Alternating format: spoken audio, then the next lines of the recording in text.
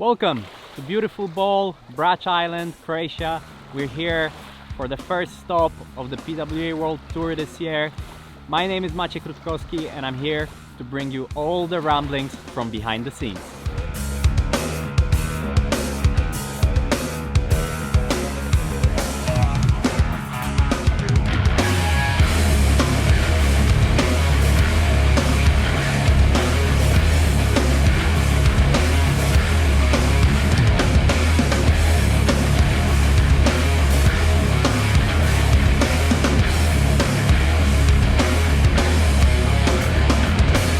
So we've had an amazing event, Croatia delivering the goods.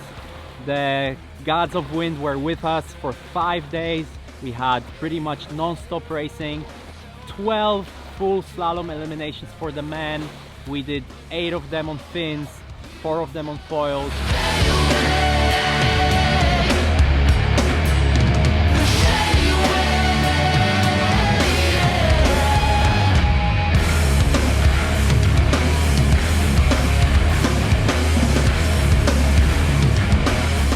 The girls, they had 13 slalom elimination on fins and another 6 on foils. Their disciplines are separate, so they could actually do more races.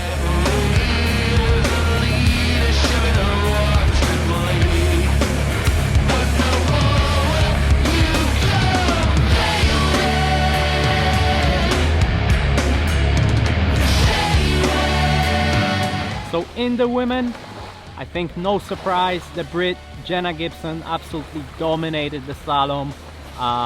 Bullet after bullet after bullet, good starts, good speed, great jibing, looking like a real contender. I'm actually curious to see how she's gonna fare against the big guns on the, let's say, real PWA World Cup.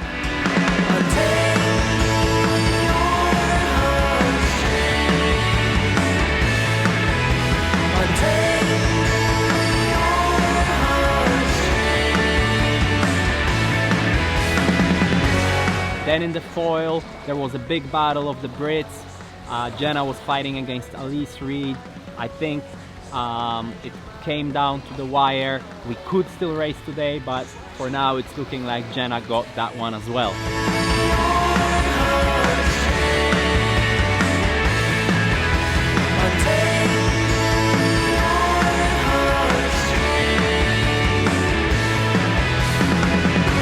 In the men, well, this is gonna be not very modestly, I managed to win.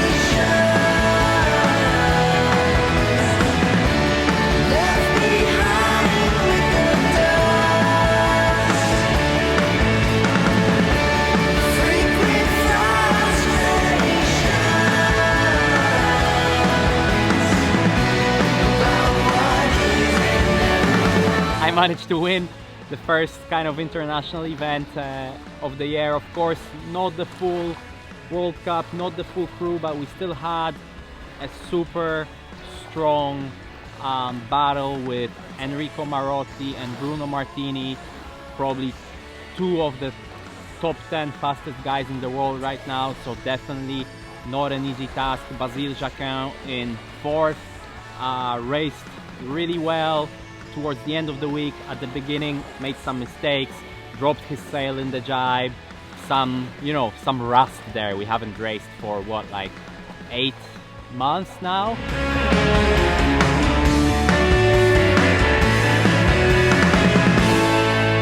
Definitely the level was rising and rising as the week was progressing, better starts, better jibes, closer racing. The foil racing was also, a lot more competitive, a lot more dynamic as the week progressed. So that was a really good feeling to step up the level every single day,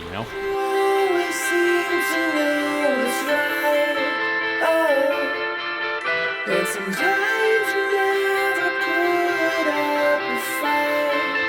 No. This event was really interesting for me personally to see how this whole new slalom foiling will go. And apart from the fact that it went well and we'll be able to race everywhere on pretty much any given day because we need like 5-6 knots of wind,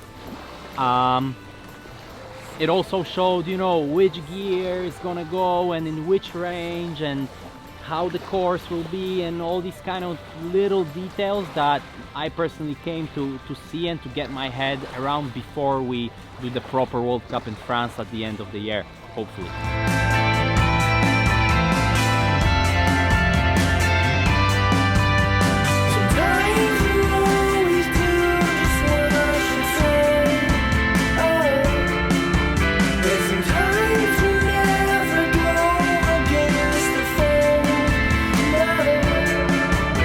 So what did I learn? Well, for racing, it's pretty much just like slalom. The start, mega important. You know, we're going close to 30 knots, so it's like 15 meters per second. So, you know, half a second is 7 meters, and that really showed. I think I can say that's where I won some of the finals, right on the starts, and that really helped, you know, with the overall result. With the gear, you know, you train, you prepare, you test, but you have no idea until you compete.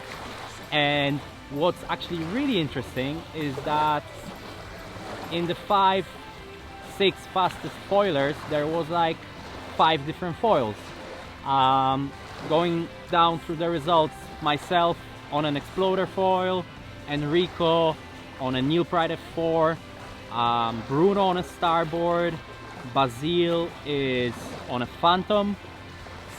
There was another French guy, Lucas, that was going fast on a Loke foil, and then Luka Amratovic again on a starboard. These 6 guys were really competitive. Special shout out, Andy Laufer. Yes, the legend, the man, the myth, the legend of the 90s. He's back, he's racing, and he's fast. Nailing the start, coming down the first reach like a rocket. A little bit wobbly in the jibe still, but you know, the guy's 50, so to even compete with us, that was pretty impressive, I have to say.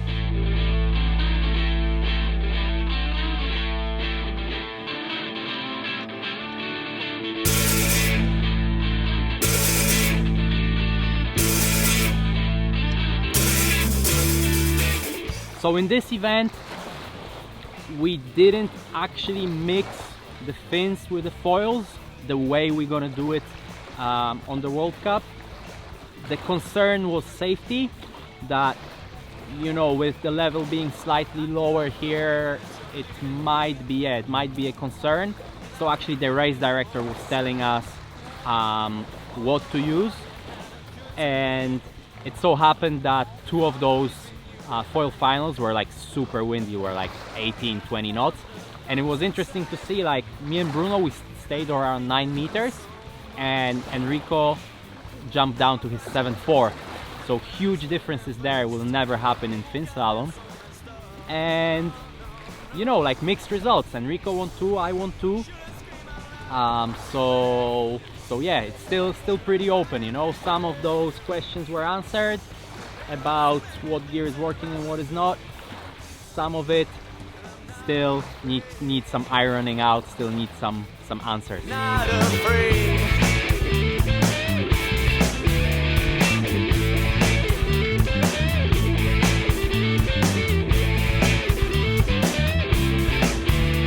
So I've been to this place twice before, and I've never seen this amount of wind. It was always like super light, 9.5 kind of pumping. This year we had great conditions from foiling to even 7-8 slalom, but the place is really fast.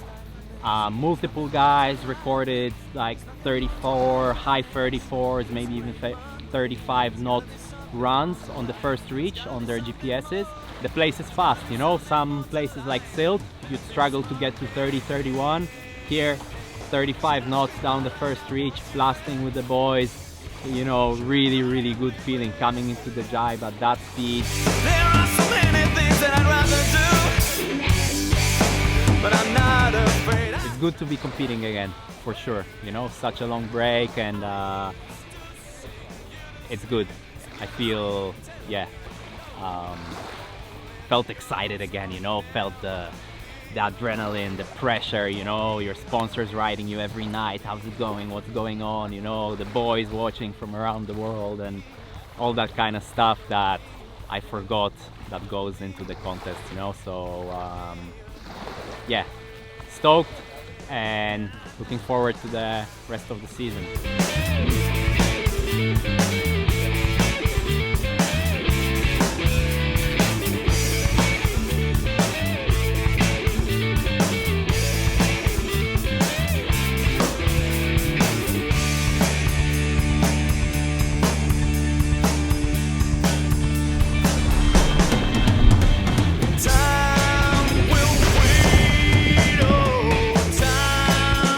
My name is Maciek Rutkowski, and I'm here to bring...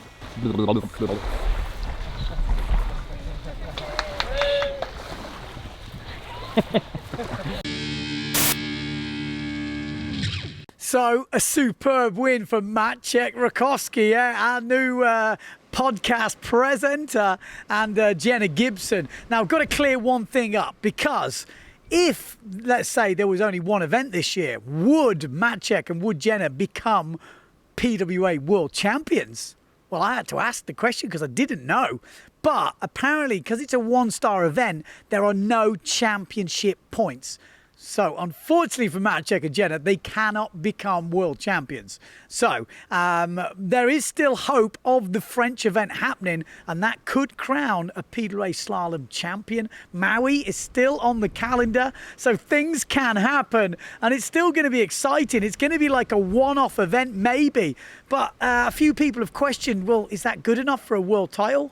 Why not? The Olympics is a one-off event, and that's every 4 years, and that's good enough for a title. So I personally think it would be exceptional if we can get any proper championship events this year. I'm still crossing my fingers and very hopeful. I have to say a massive thank you to Trio Stories for giving us the footage to make that film with Maciek. They pretty much filmed everything. They were there in Croatia all week and did an amazing job, and I'm sure they would appreciate a follow. I'm going to stick their YouTube link below. They got some cool sort of behind the scenes camera stuff, so if you're into cameras, into, you know, videography and that sort of stuff, definitely chuck them a follow. Some really cool stuff, and I'm sure we're going to be seeing them at some more windsurfing events. So there you go. Don't forget, lots more coming up on the channel. We've got the Portuguese Slalom National Championships coming. Yeah, it's where I filmed the Idiot's Guide to Slalom, which I'm going to clip above, and I'll put a few other things. If you like the video and you like what Trio Stories actually filmed, give us a thumbs up, like, and chuck them a follow. And what am I going to say? Subscribe. Yeah, subscribe.